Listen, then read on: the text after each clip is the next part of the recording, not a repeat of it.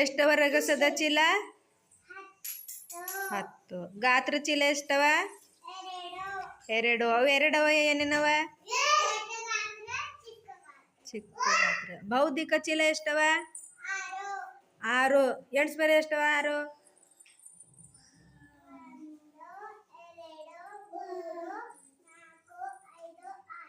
6. ಖರ್ಚಿಲ್ಲ ಎಷ್ಟವ? 3. ಯಾವವ 3? ಚೌಕ. ನಮ್ಮ ಅಂಗನವಾಡಿ ಮೂಲ ಬಣ್ಣಗಳು ಚೀಲ ಎಷ್ಟವ? 4. ಅವು ಯಾವ್ಯಾವ 4?